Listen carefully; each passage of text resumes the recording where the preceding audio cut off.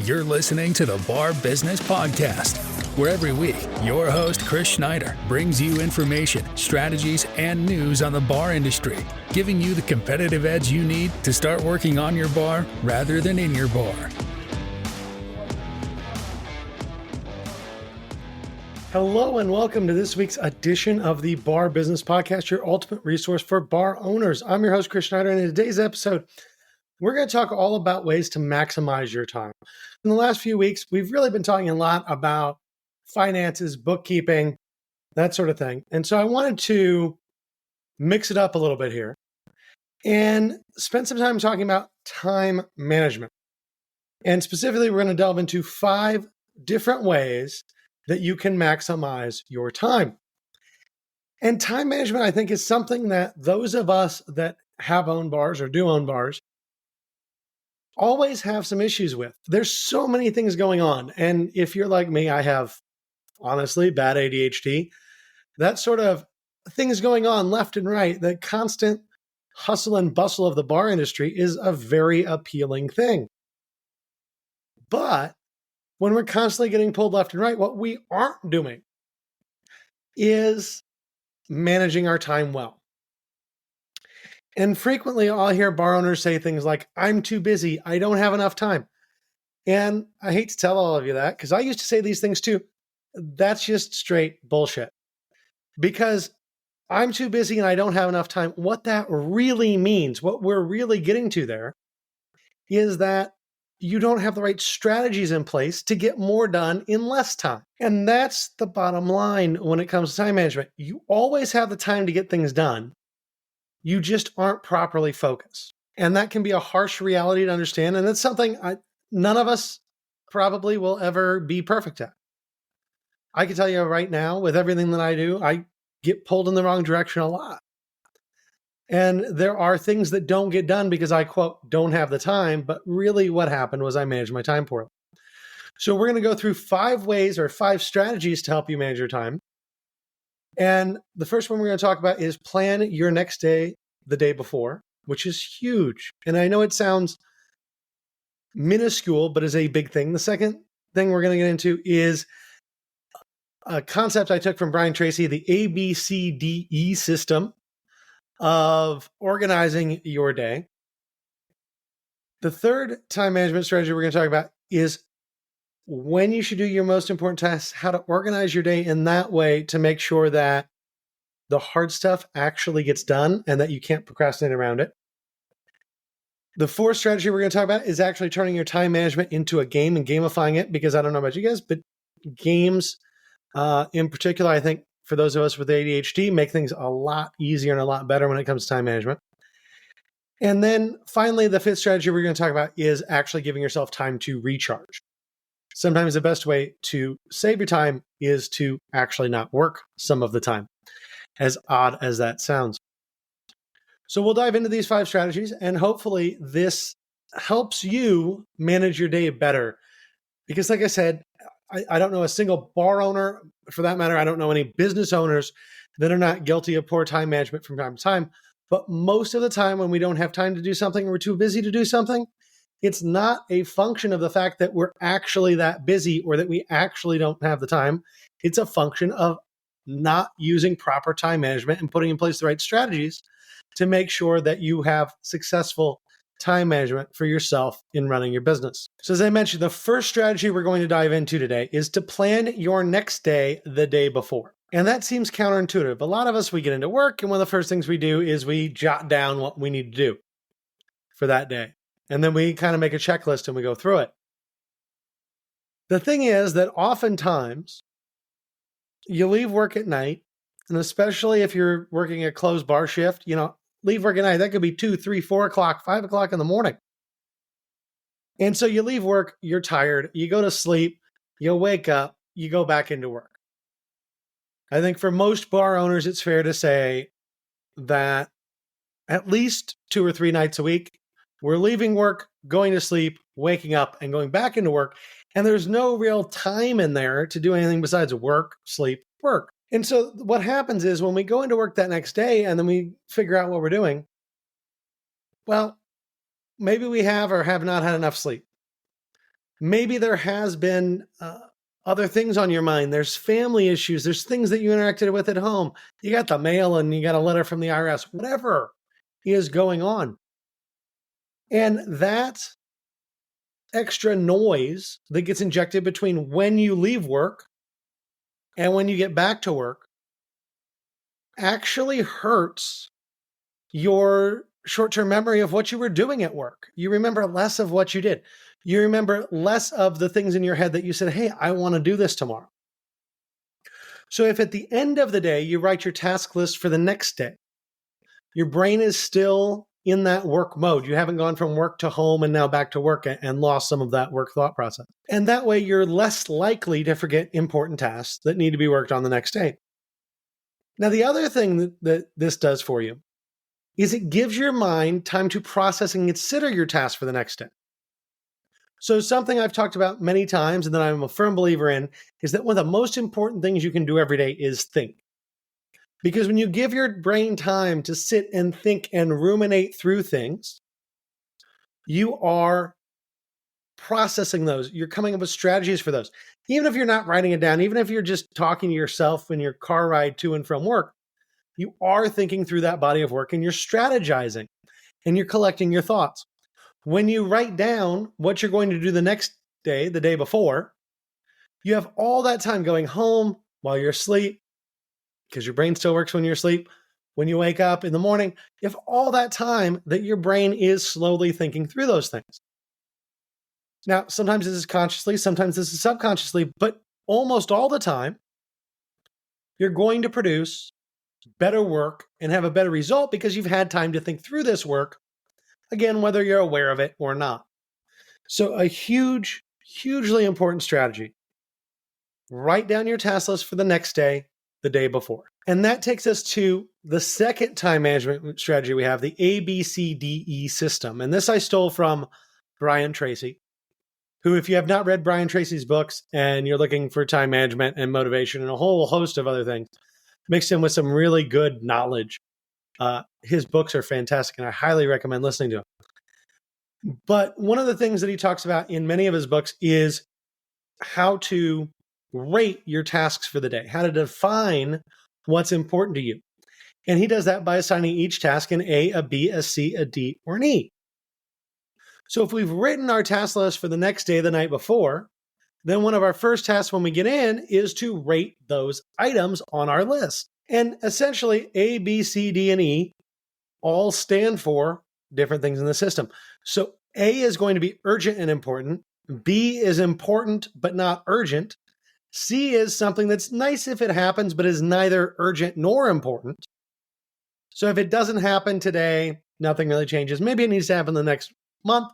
So it's not urgent and important today, but it will become urgent and important in the future. D is a task that you can delegate. And E is a task of little or no value that you can eliminate. It's something you don't actually need to do. So let's go through these one by one. And I want to help you guys, give you guys some examples of how you may rate tasks. So like I said, A is going to be urgent and important. These are the most important things you have to do that day. They're the things that if they don't get done, there are bad results. That's what's making them urgent. Urgent means we have to do them today. Important means that they make a big impact on us. So what's an example of a task that could be both urgent and important? Well, maybe communication with your suppliers. If you have to make a schedule and you don't for next week and the schedule isn't out yet and everyone expects it today, that's urgent and important. Maybe you have to do inventory because it's the end of the week or the end of the month and inventory must happen today. That would be urgent and important. Maybe you've completed your fiscal week and you have to get your bookkeeping done because you're doing your bookkeeping yourself. That would be urgent and important. But an urgent and important task is something that you must do today and that if you don't do, there are severe ramifications for.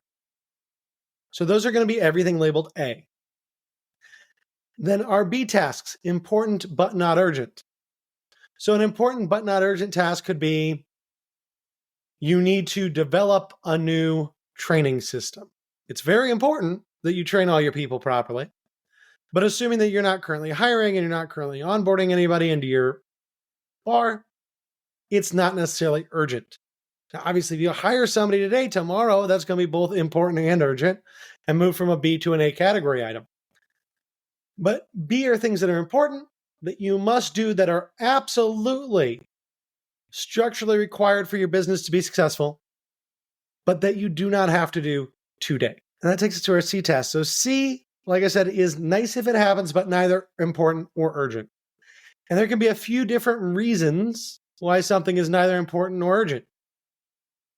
Maybe you need to inquire about a new product that you're thinking about getting in the future. You're going to make a menu down the road and you're just interested in this new food product or this new alcohol, and you want to talk to your rep and learn more about it.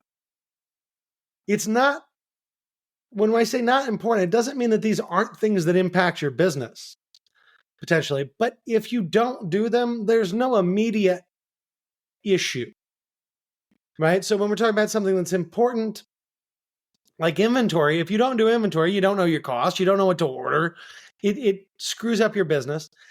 And if it's your inventory day, it's definitely urgent. Well, we're talking about things that aren't important in that way, but still make an impact on your business. And as far as urgency, it doesn't matter if it happens today, tomorrow, or next week. So like I said, investigating some new liquors that your liquor rep has brought to you, some different offerings maybe that you're going to bring in the future. It's important for your business, but it's not deathly important that it happens. You can keep selling what you sell. It's not particularly urgent because if you do it today, if you do it tomorrow, if you do it next week, it's not going to make a difference. Now that takes us to our D tasks. And this is where bar owners, frankly, and I'm just as guilty as this as everyone else, this is where the most difficulty is. D is a task that you can delegate.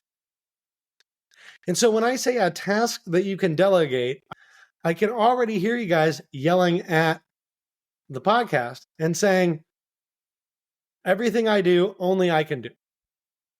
And no one else is going to do it as well as I am. Well, you're probably right about the fact that no one else is going to do it as well as you are.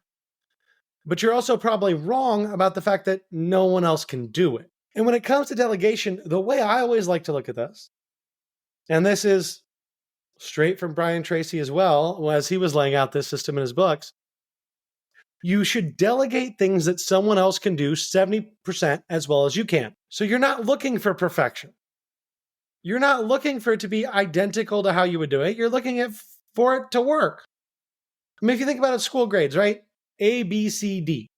C meant average. It meant, it's all right. It's passable. You understand the information, but you're not doing it eloquently. Maybe there's some minor mistakes in what you're saying. That's what a 70% is. And so if somebody can get a C at the work that you're doing, you should let them do it. And I hear more of you now yelling at the podcast saying, well, but if I do that, then I'm going to have to redo it. Well, maybe you are. Quite frankly, you might. But the thing is that if someone gets you 70% of the way there, it shouldn't take you much time to get it 100% of the way to where you want it. When you delegate things, it doesn't mean necessarily that you just have to go with that final product. Now, I will tell you right now, most things that you think you can't delegate, you can. Most things that you say, well, if it's done 70% as well as I do it, it's not going to be good enough. It probably is. One of the things that happens as a business owner for all of us is we get very particular about what we do. We try to make everything perfect. We have our own ideas of what perfect is. And I hate to tell you this, but most of the time, your guests aren't going to notice if something's a little bit off from perfect. Now, if it's a food or a cocktail or something like that, yeah, you need to be consistent. You need to be damn near perfect every time. But if your chalkboard is 70% as nice as it would otherwise be, or if you had some marketing materials made for your table tents for your internal marketing and it's not quite the way you would do it, but it gets the information across, your guests probably won't notice. And so there are all sorts of things as bar owners that we can delegate that we don't because we don't think our team can do it the way we would, which they won't. And to us, that's unacceptable. But seriously, if somebody can do something 70% as well as you, you should let them do it. And if you have to make some edits and some changes and some corrections to whatever it is after the fact, that's okay. Now, another place where 70% really doesn't work is inventory. Let's be honest here. If you're talking about delegating inventory, it needs to be perfect because you're basing those counts on a lot. So you have to be smart about what hits this 70% threshold, but 9 times out of 10, 70% is good enough. And the other piece here to remember is the whole idea that your employees will ever work as hard as you, that they'll ever care as much as you, that, you'll hear people in business, and whether it's bars or other businesses, you'll hear this a lot where they say, I hired all these people and they just don't have the same passion I do. They just don't have the same drive I do. Of course they don't. A, they're being paid by the hour and they're employees. B, they have no skin in the game. If you close, they can go down the street and get another job. You lost your house or whatever. And C, they aren't the business owner. They didn't have this drive and passion in the first place to go out and buy a business. So they're never going to do as well as you. That's okay. You should not expect them to do as well as you, but you should understand where you can delegate, because delegation is the thing that will give you most of your time back. And then after delegation, so we have A, B, C, and D. E is the final letter in this system, and E is a task that we can eliminate. So it's something with little or no value that you don't actually need to do. It's something that if it happens or doesn't happen, the impact on your business is zero. If it happens or doesn't happen, the impact on your life is zero. And there are plenty of things we all do every day that we really don't need to do. An example of a task with little or no value that might be on your to-do list could be talking with the person in the strip mall next to you. Or it could be, hey, I really wanted to go have a conversation with this regular. Now, obviously, those are important to have conversations with your regulars. But when we're talking about time management, these are things that if you do it, if you don't do it, it's not really going to make a difference. And they're great to do after you've finished all the tasks that are important for the day. You absolutely need to get done what's urgent and important and will impact your business before you worry about those things that don't impact your business. And if something has no urgency to it, is not important, isn't really something you can delegate, and is not providing any value for your business, it should not be on your to-do list for the day. Because ideally, what we're doing here is we're setting up a to-do list every day that you can achieve, and then you're done with work for that day. And whether that list takes you 2 hours or 8 hours or 12 hours, that's the work to do for the day. And when you're done, you just move on and you can go do whatever you want. And so those e-tasks could fall in after that. But if you find yourself, and there are bar owners that do this, if you find yourself doing tasks that don't make a difference to your business, that aren't important, that aren't urgent, that really provide zero value to your team or your customers or your business, they shouldn't be on your to-do list. You should just eliminate those tasks to focus on what's important. Hey there, bar owners. It's Chris Schneider, the Bar Business Coach. Are you tired of the daily grind and ready to skyrocket your profits? I've got the solution. With my coaching and consulting services, we deep dive into menu management, team empowerment, and business optimization. Instead of slogging away in your business day in and day out, washing dishes, covering for employees, and working 60+ hours a week, picture this: a thriving business that runs like clockwork whether you're there or not, letting you enjoy the successes that you've dreamed of. Let's make it happen. Visit barbusinesscoach.com to schedule your free 30-minute strategy session with me, or you can book a session just by clicking the link in the show notes below. Together, we will turn your business into a profit powerhouse. Because at the Bar Business Coach, our only goal is to help you spend less time working in your bar and more time working on your bar.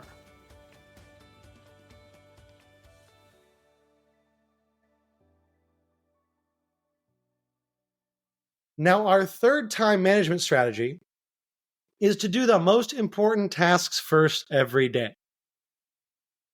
And a lot of us, we wake up in the morning and we have some coffee, we go in the bar, we maybe do some opening paperwork, and then we're sitting there looking at what we have to do for the day, and we all want to procrastinate the hard stuff. And there are definitely things on that list that you do not want to do. But there are a few things here, some of them scientific, some of them specific to the bar industry, that absolutely mean that your day should start with your most important tasks. If you've rated all your tasks in that A, B, C, D, E system, do A's first, then do B's, then do C's. And here's the reasoning behind that. For most bar owners, you're coming in before, if you're serving lunch, you're coming in a couple hours before lunch, maybe 3 hours before lunch really hits. If you're just doing evening service, you're coming in sometime in the afternoon when it's pretty much dead. And regardless, the first couple hours you're there every day, you're probably not even open. So you have the opportunity to work without the distraction, without the customers and the team pulling you in these different directions to go deal with issues. You also, at the beginning of the day, have more brain power. And I know a lot of us like to say that we're night owls and we think better at night, and that to an extent is true. But science has shown that you actually think better in the morning. You consider your decisions more carefully. You think more critically. And that as you go through your day, you get a little sloppier with your decision making. Now, part of that is that, I forget the exact number, but we make something like 35,000 different decisions on a daily basis. And that's everything from, do I scratch my nose? Do I not scratch my nose? To, should I sell my bar? Should I not sell my bar? All of these are decisions, and we make them all in a day.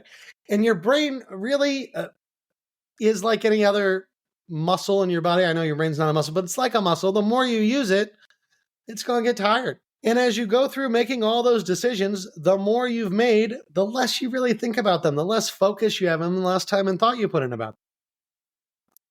So your decision capacity, your ability to make a good decision, is only so much in a day. And in the morning, statistically, you're going to make better decisions. So when I say morning, that could be 2 p.m. in the bar business. That could be 9 a.m. in the bar business. But when you get into work, that first start of your day period is when you should focus on doing all of your urgent and important tasks, because A, you're going to do them better. B, it's probably a quieter time of day for you because you're not into dinner, you're not into late night, you're not in those time periods that are going to be difficult. But moreover than that, your brain is just better at doing things. Now, with the decision capacity, with the fact that we all can only make so many decisions in a day, and that there are effects on our ability, our cognitive ability as the day goes on and we get more tired, and effects on our decision-making ability. One thing you don't want to do is have too many tasks in a day that are both urgent and important. Now, if every night you're writing out your tasks for the next day, if every morning you're organizing those tasks and saying what's urgent and important and what's not urgent and important, frankly, there shouldn't be all that much every day that is a must happen, that is going to absolutely screw you in your business if you don't get it done. Now, if there is, you have to deal with that. But ideally, you want to limit those A-level tasks for your day, the things that are urgent and important, that are going to require work and effort and thought, to no more than 3 of those per day. 3 big items a day. If you do 3 big things a day, your brain has plenty of time and ability to focus on them. If you start stretching that to 5, 6, 7, 8 things, your brain's going to get more tired. You've already made a lot of decisions and your thinking gets more sloppy. So try to stick with 3 A tasks every day. And you will make better decisions. You will have a better thought process about those tasks. Now that takes us to our 4th time management strategy, which this is something I kind of came up with on my own. And honestly, I kind of got this idea from watching a video on Facebook where some British guy was talking about how Americans, when we drive somewhere, you put your destination in your GPS. And for most of us, our goal is to beat the GPS time. So if it says it's going to take me 25 minutes to get there, can I get there in 24? Better yet, can I get there in 20? And so we constantly kind of have this race with ourselves to see if we can be more productive in a span of time. And as someone with ADHD, I know when I gamify things, I focus more. I work harder. I'm less distracted by what's around me. So one thing I like to do, and I do with a lot of tasks, like even making this podcast, I have all this figured out for the podcast so I can kind of gamify it with myself, is that I measure the time it takes to do tasks that I routinely do. So using this podcast as an example, my episodes are between 30 and 40 minutes. It takes me about 30 or 40 minutes generally to edit them, sometimes 50, and then produce clips and upload them and schedule all the social media and all that. All in, my time's at about 4 hours. So I know that time is 4 hours. I know how much time the task should take because I measure it, I collect that data, and I understand it. And then my whole goal becomes, sometimes I just want to beat myself. My goal is, can I get this done quickly? Can I produce great results faster than I normally do? And frankly, even if I'm not necessarily faster, knowing that on average, complete podcast takes me about 3.5 hours from when I start the recording to when I have all my social media scheduled and everything else, it gives me motivation. It makes me want to get it done in that 3.5 hours. Sometimes it takes 4 hours, and I understand that. But it helps you focus when you have a goal and a game, especially with ADHD, at least in my experience, right? I'm not a doctor, but I'm fully able to tell you what works for me. But it makes it a game. And when you beat yourself or focus on beating yourself, you can maintain accuracy, maintain speed, and really have more motivation and deal with less distractions around you. Now, our fifth time management strategy, I should say, is that you need sufficient time to recharge. And what I mean by that. So when we were talking about doing your important tasks first, one of the things I mentioned is there's a lot of data out there. There's a lot of studies that say, hey, you only make so many decisions in a day. At some point, the more decisions you make, your brain gets tired. Well, that's true day in and day out. And yes, you sleep, you recharge, you're back at work. But that's also assuming you get a full night's sleep. I don't know many bar owners that actually do get a full night's sleep. You know, when I say full night, I mean 8 hours. I don't know many people that are getting 8 hours of sleep a night in the bar business. Now, I'm sure some of us are, but a lot of us aren't. And a lot of us have a tendency, and it's a bar business thing, you know, you're working 6 days a week. You're working 7 days a week. Even if you're not working, you're working 5 days a week, but the other 2 days that you're off, you stop by the bar and you check things out and you talk to some regulars and you just kind of hobnob around and schmooze for a little bit. What's happening is your brain is constantly running. You're constantly focused on this bar. And you're not separating yourself from it. You're not giving yourself time to think. And you're too stressed and you're too tired. And because of that, in the long run, your ability to problem solve, your ability to think critically, all of that suffers. So it becomes very important that you give yourself breaks.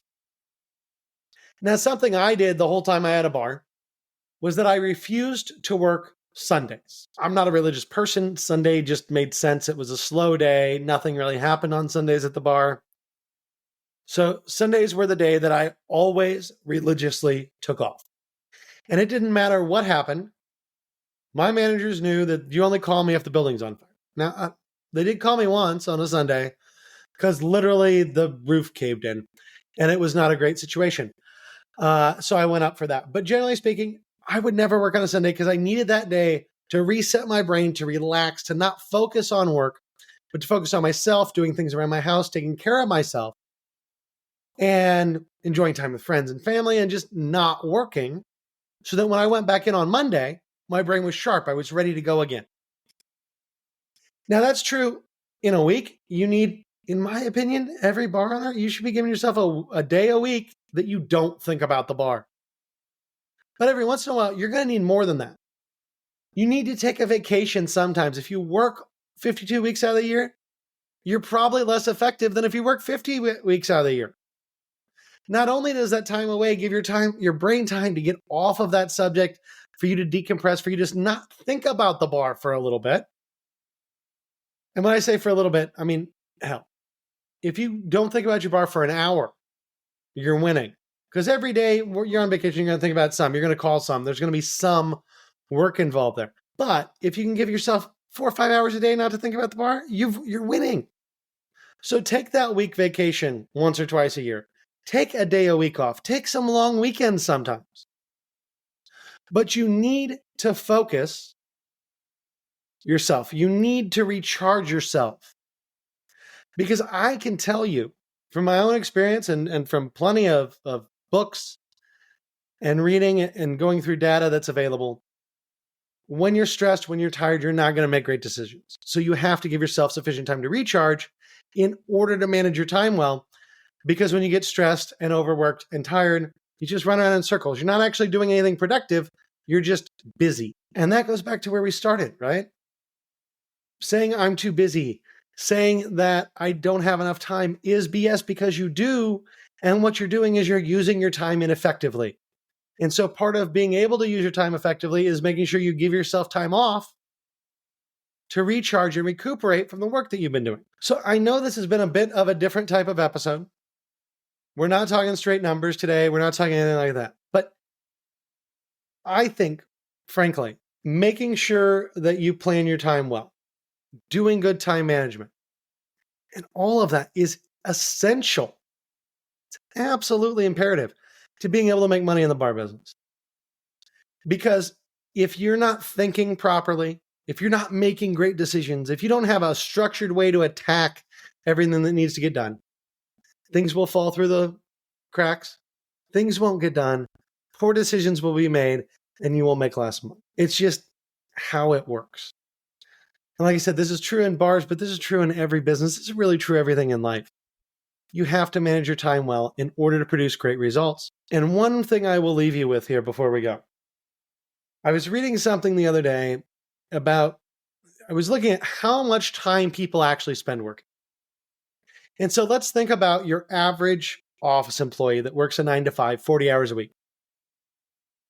They spend something like 15 or 20 hours of their week getting water, having lunch, talking to coworkers, not actually producing anything. So the average person in the world, or in the US, I should say, does about 20, maybe 25 hours a week of real work. And yet entire companies are built on the backs of people doing 20, 25 hours a week of real work. And huge, giant companies that are very productive, that do great things for the world and that produce great products and have great customers. Most bar owners are working 60, 70, 80 hours a week. And I bet you, I'd bet good money, they aren't putting in 40 productive hours in a week. So they're less productive per hour, per unit of time than your average office employee. Because at least that average office employee is doing productive work half the time.